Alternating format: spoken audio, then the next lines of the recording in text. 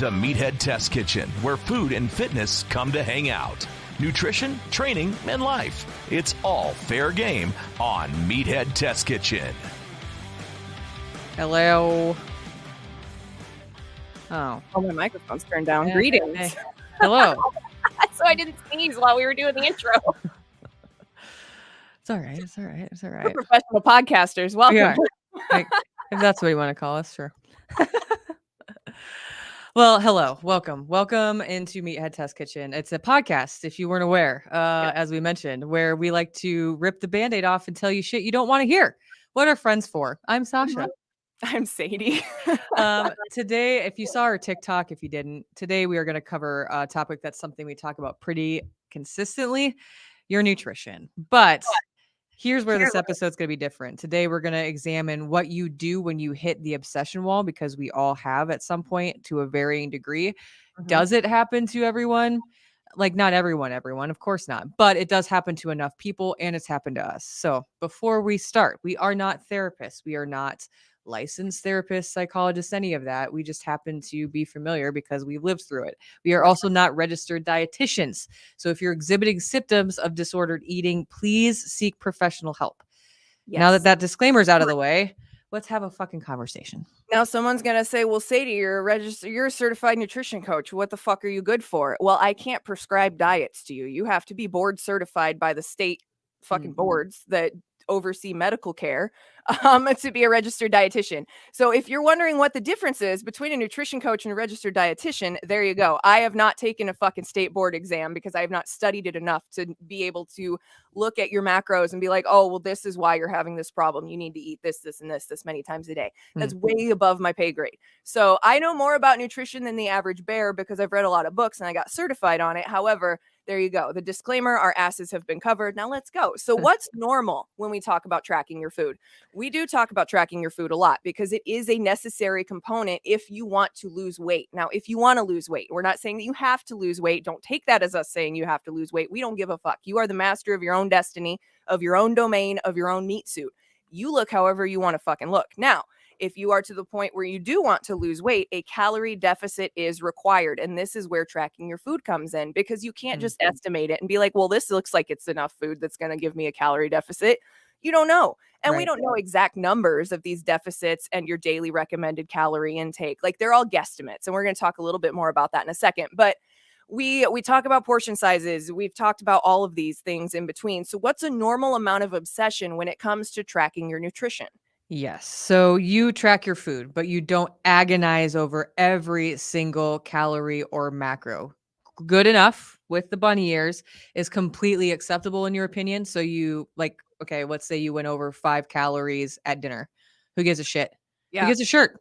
Those 5 calories are going to disappear relatively easily in the wash and won't fuck with your goals. Here's the other thing too.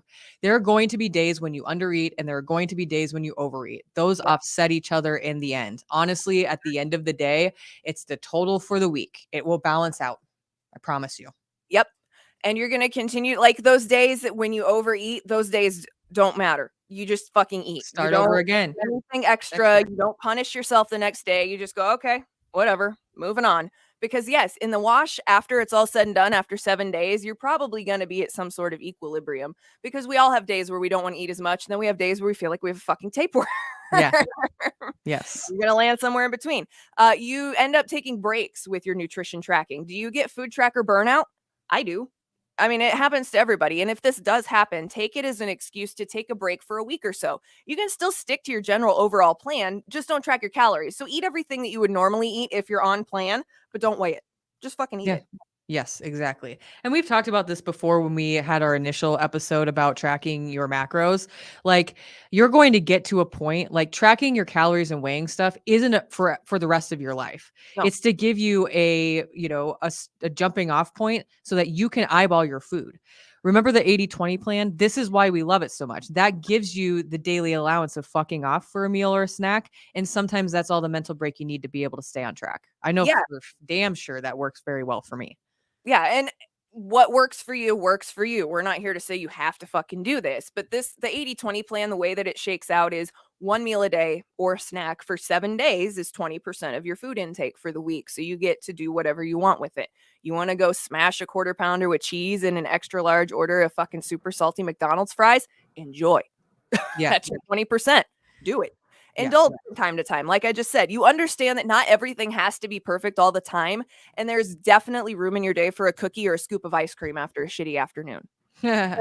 Might be what I've been doing later. I can't confirm or deny. I mean, you got to do what you got to do, dude. Exactly. I watched a video the other day that said diet culture has ruined us because it's acceptable to come home and drink half a bottle of wine after a bad day at work. But if you have ice cream, you're a fucking failure. Amen. And also fuck that. Yeah. I don't remember who put that video up, but I shared it on my Instagram story yesterday. I was like, louder. Yeah. Louder. Why are we normalizing alcoholism and making that okay in the guise of fitness by having half a fucking bottle of wine in one sitting, but you can't have a scoop of ice cream, which actually has nutritional value. I was just going to say that wine is going to set you more further backward than the ice cream is. At least the ice cream has some fat, some carbs, and some protein in there. Wine doesn't have any nutritional value whatsoever. This is why we host a podcast together. But like you don't want to feel guilty after you eat. Like if you don't feel guilty after you eat, that's a sign that you're in a healthy place with tracking your food. And this is a big one when it comes to warning signs. If you are feeling any shades of guilt for your food choices, it may be time to talk to a registered dietitian or a therapist because you could be wading into the disordered eating territory. Yeah, absolutely. I think that this is a pretty fine line. I should say, let's disclaimer this. For me, it's a very fine line. I had gotten to the point, like I stopped weighing my food and stopped putting stuff in my Fitness Pal for quite a while, actually, because I was obsessing. Like I knew that it was eyeballed, but I had to weigh it anyway because I had to make sure that to the calorie I wasn't going over. Yeah, I had to the gram of protein. I mean, protein is pretty important, but like I was obsessing over it and I was being hard on myself when I wasn't meeting those goals.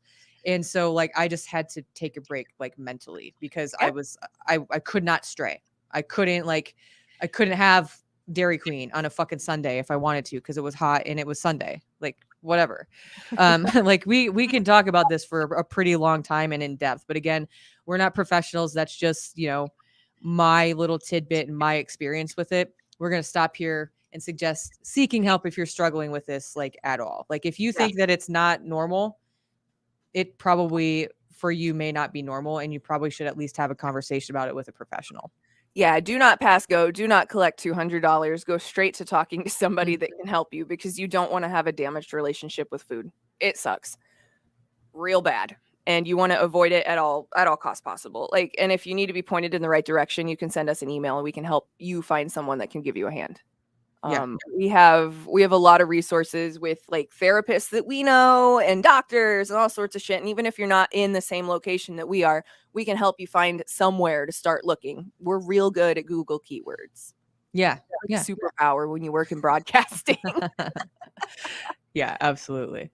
So we've talked about, what's normal. So what's extreme? All right. So the first thing, tracking your food, it can be a slippery slope. Like Sausha said, she's been there. I've been there. So don't do what we did. Honestly, this podcast should really be called Learn from Our Mistakes, but that's a shit podcast name from a marketing and branding standpoint. So here we are. It's one of those things where you need to be diligent about it. But while being diligent about tracking your food, you also need to be diligent that you're not being overly attentive to it. It shouldn't be running your life at all. Like not even kind of. So this is where we get to what orthorexia is.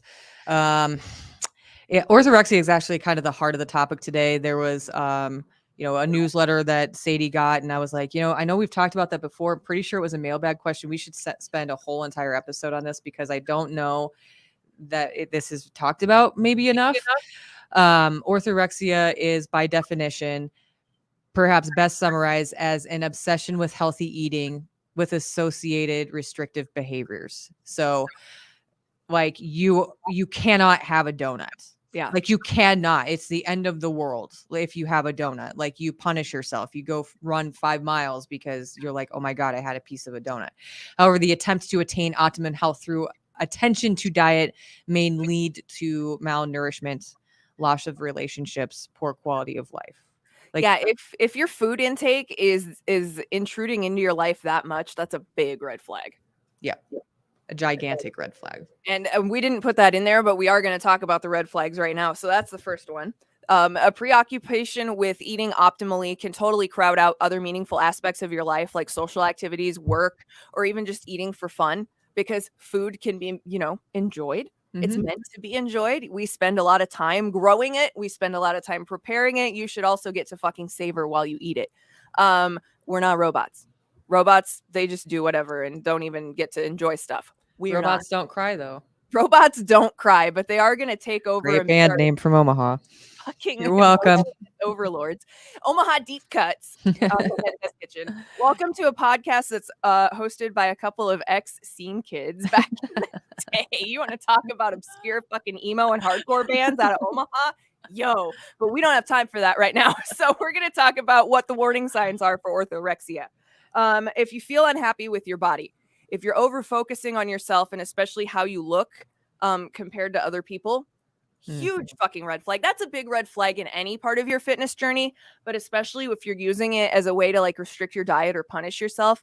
Giant fucking size of the tapestry behind me, like 8x10 fucking red flag, the brightest red you've ever seen. Yo, if you are doing this, you need to talk to somebody ASAP. Pause the podcast right now and go find someone. Like, not even shitting you. It's a big red flag. If you depend on external performance standards and approval, but you never feel quite good enough, even if you do well, this is the first three are ones that I see our bodybuilding friends fight a lot. Yeah. Especially when they're coming off a competition, because they look like fucking jacked gods, because they are. But, we all know that physique is obtained by heavy restriction and a lot of fucking physical work.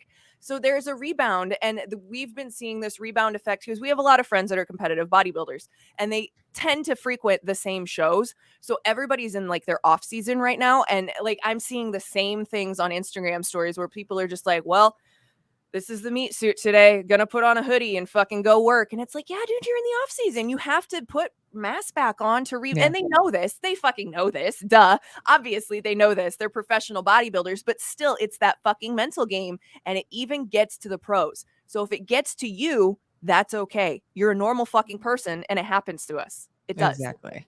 The other warning signs, if you're struggling to maintain strong and supportive relationships because you're so hyper-focused on the food that you are consuming. Yep. Health-conscious people, athletes, coaches, and other folks in the wellness industry are more prone to orthorexia than others. That's the space that we occupy. It's something that we know, whether you're tracking food or what have you, like, is pretty important, but so is your relationship with food. And if you feel in any way that you have a poor one, again, please speak to a professional about it. There is help out there to help walk you through it. Yep. We will say that just because you track your food or try to eat healthier does not mean that you have orthorexia. Orthorexia is, if you watch that TikTok yesterday that I made, or if you haven't, go back and watch it. Again, everything in this space exists on a continuum. There's way over here, there's way over here, and there's right in the middle where most people lie. If you're way over here and feel like you're obsessed and it's all consuming your daily behaviors and rituals, and you're feeling like you're starting to spiral, then maybe that's time for a discussion. Yeah. You're not the first person this has happened to, so don't be afraid to reach out for help. I feel like once you get several years into your fitness journey, this is an inevitable crossroads that you come to. Like we talked about plateaus, an episode or two ago. Like, you're gonna plateau, but you're also gonna get to a point where you kind of are like, do I need to track my food anymore? And that's kind of what we're getting at right now. How is your relationship with food? Like, honest question. You don't have to answer it right now, but chew on that for a second. How concerned are you with the health factor of the food that you put on your plate for every meal? Are you obsessing over certain macros? Are you obsessing over not eating certain macros? Like, things to check yourself on to make sure you're still operating within the safe realm of food tracking. Because like Sausha said, there are extremes on both sides, but there is the middle. And there is a big chunk of middle that you can occupy safely and healthfully, completely. Do you do any of these things? Do you feel anxious about your food? Do you feel guilty about like transgressions when it comes to your food? Like you need to be punished or that you committed a sin? Those are warning signs. Yeah, absolutely. Do you spend a lot of time and or energy planning and or evaluating your food choices? This is what I'm talking about when I said I had to stop tracking food. I was spending just a dumb amount of time obsessing over, like, it worked for me for a time, but then it got into dangerous territory after a while. All of these can be signs that you should be reevaluating your relationship with food. Like, I was getting to the point where, like, yeah, I was pre-planning, like the next day so I wouldn't have to log.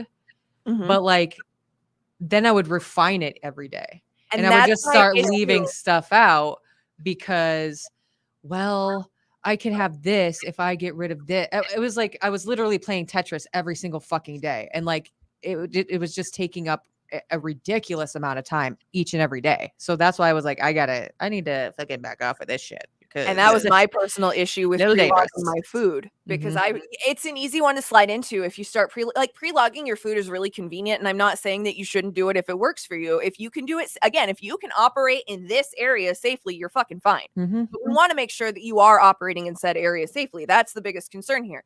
So, if you are pre-logging your food a day ahead and you're not really putting any thought into it other than just entering the portion amount of how much you ate, you're fine. Right. We're not fucking talking to you. I was doing like 3 to 4 days ahead. If you're planning your whole week and then agonizing over moving things around because you want to eat one thing the day before instead of eat, like, that's a problem. And that's what Sausha was talking about when she talks about playing Tetris. Like, if there's too much geometry going on, you might be doing too much. It's not that complicated. It really, at the end of the day, just is food. Okay.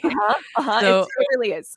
We lifted this litmus test from a precision nutrition coach email that Sadie received last week. So if you're going on, this is just a test. All right. If you're going on a long road trip and only place to stop and eat is McDonald's, would you do it? Does it bother you? Are you getting pissed off because that's your only food option? Are you getting anxious? What would you order? Like, actually think about that. And also, the salad machine is broken that day. You can only order burgers or fries. Don't answer like right now, but actually think about that.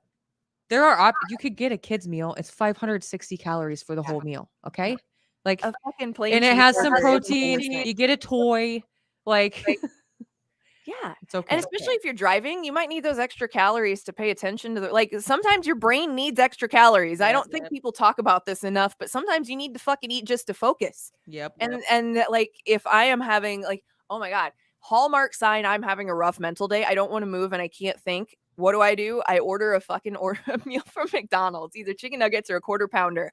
And if I am having a bad mental health day, it might be the only thing that I'm going to eat that day just because my brain's being a shitball. And it's like, I'm not hungry. And it's like, all right, well, I'm going to shove this in your face. Sometimes good enough is fucking good enough. Just leave it at that and move on. It's not that deep. Okay. Sometimes people, especially on social media, for engagement and clicks and interactions and all that shit, people make things deeper than they need to fucking be. Your food is not one of those things. So don't make it that way. If you do have a damaged relationship with food, you're asking us, okay, well, that's great. I'm fucked. How do I fix it? First of all, you're not fucked. Second, if you think you're struggling with disordered eating, again, talk to a professional. We are not professional therapists. We are not registered dietitians. We know more about training and nutrition than the average bear because we've decided to learn about it. But if you need help finding someone, you can reach out to us. hello@meatheadtestkitchen.com. We will help you find somebody in your area if you need help just looking in the right direction. We're not here to fucking judge. We're here to fucking help. So, eating well. The title of this episode is now "Talk to a Fucking Professional." Seriously. I feel like that should be like every mental health check too. Yeah, seriously. Coming up next week, talk to a professional. Eating well shouldn't be a chore or a punishment. It's meant to enrich your daily life and help you feel better. Do not twist it into something awful and horrendous. Please. You deserve better than that. You absolutely do. Remember, we are your hype machine. Okay. Like, you are worth everything that you are willing to put into yourself and more than that. Okay. So like this doesn't have to be a bad thing, and you're not a bad person if you've gotten into dicey waters. Like, legit at the top. That's why we said sometimes it just happens. It does. Because you think, you're trying to do the right thing for yourself. Right. it can become slippery really quick though, and that's why we wanted to talk about it. So shit can go sideways even with the best of intentions. That's life. Exactly. That's life. Look for influencers who preach body neutrality and intuitive eating. Intuitive eating, like if you could master it, and maybe we should revisit that again as well. Yeah. Oh man, the freedom that comes with intuitive eating is something that is life-changing for real. Yeah. Know that it's also okay to transition off of tracker mode from time to time or permanently. You shouldn't have to weigh your food every single day, every single meal, every single item for the rest of your life. That's not the fucking point. Nope. The point, again, is to master what a portion size looks like. That's it. Okay. You should not be 4 or 5 years down the road, like weighing your food still. I do it from time to time now, especially like I started shopping at Aldi. Like it's just different with some of their portion sizes. Like, okay, like sometimes you have to like occasionally do that, but you should not be having to rely on it every single ounce, gram, whatever for the rest of your life. Yeah, you can bring the food scale out to hone your skills every now and then, and that's fine. You're still testing. Like, that's totally okay. I'd also like to put a note in that if you see bodybuilders and stuff, they are, again, the exception. They're exceptions to lots of rules because they know the rules that they're breaking and they understand the risks that they're taking by doing this for their sport. So we're not talking about or to bodybuilders when we talk about, shouldn't track your food 5 years out. Not what we're talking about. The thing with bodybuilding, though, too, is like they have to control every controllable that they can control. And that is one of those things. And that is the fucking sport. And that's what that in and of itself is what makes the sport of bodybuilding so difficult. And they fully understand it. Like they know going into it what they're doing most of the time. So, and if you don't, you can hire a coach. You can hire a nutrition coach. You can hire a fitness coach. Yes, they can be expensive, but sometimes you need that extra hand holding. And remember, it doesn't have to be forever. Like as a personal trainer, would I love to have you on my roster for the next 5 years? Absolutely. But if you decide after 12 months that you have the confidence to go out on your own in the wild and you're going to be like, yo, dude, I got this. Fucking go. Like, I'm excited for you. I helped you gain the confidence that you can tackle this shit on your own. There is no bigger compliment to me as a personal trainer than someone being like, hey, I think you did a really fucking good job. I'm going to try this for a bit and I'll let you know. And I'm like, yeah, hopefully you kill it. Cool. And just make sure that you find a coach that aligns with your philosophy. That one is a really, really important part of finding a coach. And that can be really difficult. So shop around. There are plenty of personal trainers on Instagram and TikTok and whatnot. But like, if you need that personal accountability in person, go to your local gym and just interview a couple of the personal trainers. That's totally acceptable. Absolutely. And you know what? The personal trainers would probably appreciate it too, because we don't want to have a personality clash just as much as you don't want to have a personality clash. Like we need to be friends. So the vetting process is kind of a welcome thing as a personal trainer. But for more information, like we said, we just scratched the surface today and we are going to talk about intuitive eating, not next week because it's a mental health check, but the week after that.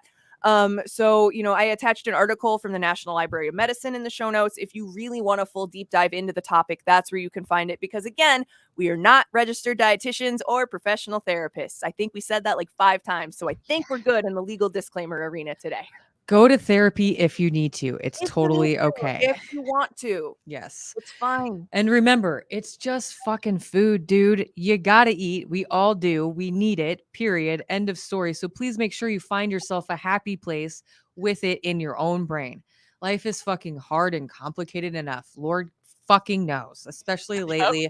Let's stomp our feet and be toddlers. You don't need to crucify yourself over your food choices, please. No, don't we do it. do have coaching. Sadie, meatheadathletics.com. You can get merch, and there is new merch coming soon, and it's fucking sick, bro. You go to Hurrdat or shop.hurrdatmedia.com. You can find some of our stuff there that we currently have, but the new stuff, like I'm sure you have noticed by this point in time that we've updated some things, like super stoked. So make sure that you go to shop.hurrdatmedia.com. As always, follow us on all the socials. We're at Meathead Test Kitchen everywhere except for Twitter, where we are at MTK Staff. Show notes will be on meatheadtestkitchen.com, and you can always remember to click the right button. You can always email us at hello@meatheadtestkitchen.com. Follow Sadie at Meathead Sadie. Follow me at Meathead Sausha, SAUSHA. And until next time, we love you. Be kind to yourself. Out.